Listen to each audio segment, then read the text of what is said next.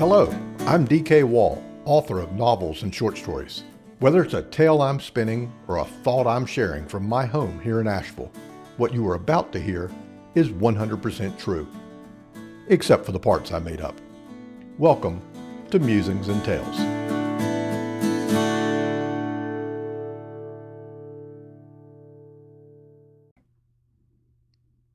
At the house across the street from my childhood home, a magical thing happened every Halloween. A talking jack-o'-lantern conversed with neighborhood children.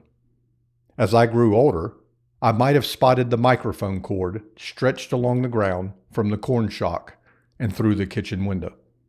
Perhaps cynical teenage me would have noted the voice sounded suspiciously like the man who lived there, or realized the witch stirring her smoking cauldron resembled his wife. But as a kid, I only knew that once a year, on Halloween night, a simple pumpkin with a carved face came alive and spoke.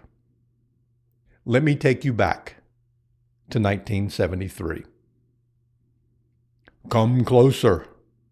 The voice was a dry rattle, like autumn leaves skittering across pavement. Quivering with a fright that stole his words, the boy shook his head.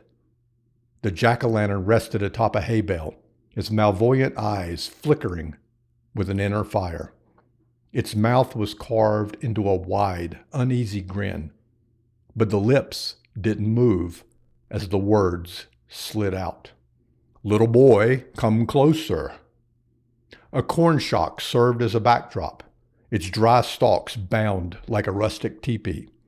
Earlier, the boy had peered from his bedroom window as the nice couple from across the street assembled it. But they had vanished as the day faded into Halloween night. Now a witch stirred a black pot hanging from a post, a thick, sweet smoke bubbling over its sides.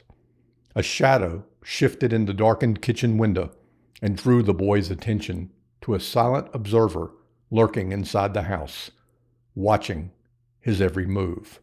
Boy, look at me.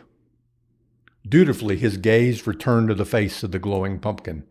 He swallowed hard, steadying his nerves. On Halloween's past, his older brother had come with him after trick-or-treating in the neighborhood, a solid and reassuring presence at his side. But that year, his brother had declared himself too old, too big, and far too cool to speak to a magical pumpkin, leaving him to face it alone. Come closer, I want to chat with you. Families crowded the yard, not only children from the neighborhood, but from other neighborhoods too. As word of the annual appearance spread through town, cars and vans, even a church bus or two, descended with visitors. A line of children snaked behind the boy, all feigning bravery despite their nervousness, their expectant faces illuminated by the pumpkin's glow. The boy was 9 years old, a big boy. He could do this without his big brother. He took a single, tentative step closer. That's better. I can hear you when you are close. Can you speak? Yes. Excellent. I feared a cat had got your tongue. A black cat, perhaps. The pumpkin chuckled at its own joke, laughter dripping through its teeth. Confused, the boy reached inside his mouth. To his relief, he felt his tongue still wiggling where it belonged. To prove it, he stuck it out at the pumpkin. Nope, still here. That's certainly good to hear. It goes well with your terrific costume. Beaming under the praise, the boy spread his arms and lifted the black cape, letting it flap in the October breeze. I'm Count Dracula. Ooh, a fearsome choice. You look just like him. Except, where are your pointy teeth? The boy dug into his jeans pocket and extracted a set of waxy fangs. He cradled them in an outstretched palm. They even glow, see? Ah, yes, but shouldn't they be in your mouth? The boy shrugged and confessed, "I don't like them. They feel funny." Laughter erupted from the pumpkin, a rumbling sound that vibrated in the boy's thin chest. "Yes, I imagine they do." "And I can't talk with him," the boy added, feeling bolder. "And I can't eat my candy with him." "Ah, that would be a big problem. Looks like your bag is quite full. Did you get lots of good candy trick-or-treating this year?" The boy deposited the fangs into his pocket and held the paper bag open with both hands, tilted so the pumpkin could look inside. "Yeah, lots." "Very, very nice," the voice purred. "Are you going to share some with me?" Perplexed, the boy pulled the bag close to his body and shook his head. He had worked hard, ringing every doorbell in the neighborhood, and he didn't want to part with any of his loot. The pumpkin's voice roared in disapproval, a booming command that silenced the whispers of the crowd. "I am the greatest pumpkin of this hallowed eve, a magical being. But unlike you, I have no legs to walk from door to door, no hands to ring doorbells. Without help from little boys and girls like you, I receive no candy. To right this wrong, you must bring me a candy offering." Trembling, the boy hesitated, debating his options. But he had vowed he could face the pumpkin on his own. He couldn't fail now. He reached a shaky hand into his bag and stirred. Buried under the good chocolates and tasty morsels, his fingers brushed against a hard, cellophane-wrapped candy, a glimmering red one, a flavor he didn't like. He pinched it between his fingers and pulled it out, smiling at his good fortune.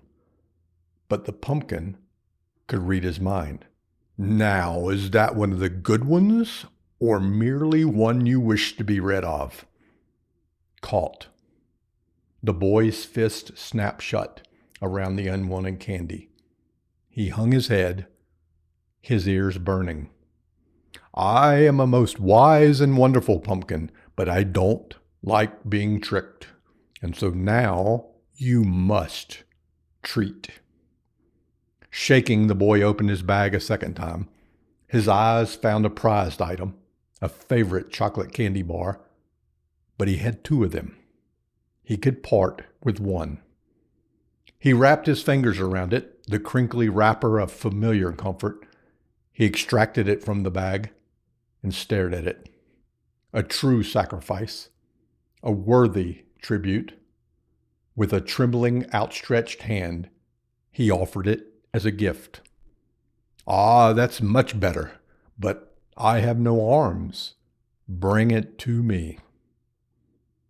The boy hesitated, his eyes fixed on the large plastic bowl resting on the hay beside the pumpkin. He would have to step closer, reach his hand over the hay bale, within inches of the flapping leaves of the cornstalks.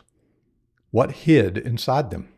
If he lingered too close, would something reach out, wrap its icy fingers around his wrist and pull him in, drag him into the shadows? Or perhaps the pumpkin itself could move, lunging forward to bite him with those jagged orange teeth. "Be brave, my boy. Give it to me now." Determined, he straightened his back and took a step. Nothing moved inside the corn. No bony arm reached from inside. No eyes gleamed at him from the shadows. Another step. Tentative, unsure. A gust of wind swept across the yard. His cape fluttered. Corn leaves rustled. The light inside the pumpkin flickered, a wild gaze of anticipation. With all the nerve he could muster, the boy took a third step. He leaned forward, reaching out with a quaking hand. He hovered over the bowl, released his fingers, and heard the satisfying thump as the candy bar joined the other offerings. Mission accomplished. He leaped back before anything could grab him, wrapping his cape tightly around his body as a shield. The pumpkin's mirth roared approval. "A fine offering, my boy." It's one of my best. Yes, I know. And unselfish boys like you deserve a reward. The boy looked up, a smile breaking across his face. I do? Oh, yes. Do you see yonder witch? Yes, I see her.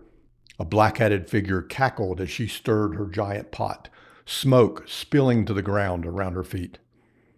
I, the most mystical pumpkin in all the land, command her to offer you a treat from her bubbling cauldron. The witch clucked and beckoned with a long, bony finger. Warily, he approached as the jack-o'-lantern called to the next child in line. She motioned him closer and closer. So, the witch rasped, her voice cracking, he says you are to have some candy. Yes, ma'am. She gestured toward the giant black bowl swinging in the wind. Then reach inside, my child. Claim your prize. He licked his lips, wanting the candy, but terrified to thrust his hand into the smoking darkness. Go ahead, my child, she urged, her eyes twinkling under the brim of her hat. You've earned it. He squeezed his eyes shut, took a deep breath, and plunged his hand deep inside the cauldron. He wrapped his fingers around a candy. One, only one. He knew not to take more. But, he thought, a good one from the way it felt. He scrambled back from the witch. Thank you. You are welcome, my little count. He ran to his parents, who stood at the edge of the yard, talking with neighbors. Beaming with pride, he announced, I did it. I talked to the jack-o'-lantern all by myself. And I got candy from the witch. She let me reach into the bowl and everything. That must have been scary, his mother said, her smile full of warmth. He shook his head, standing a little taller. Oh, no, I wasn't scared at all. Excellent, his father said. They started back across the street, his parents waving at the shadow in the kitchen window and the woman stirring her pot on the lawn. The witch cackled and shouted after them, Happy Halloween! As they crossed the street to enter their own house, the boy cast a glance over his shoulder. The jack-o'-lantern's eyes flickered. A wink.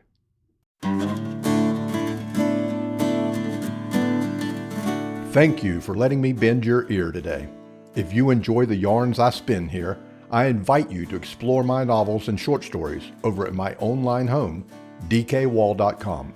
That's dkwall.com. It would also mean the world to me if you'd follow or share this podcast so these tales can travel a little further. Your interaction tickles those little computer gremlins that spread the news. Until the next episode of Musings and Tales, happy reading.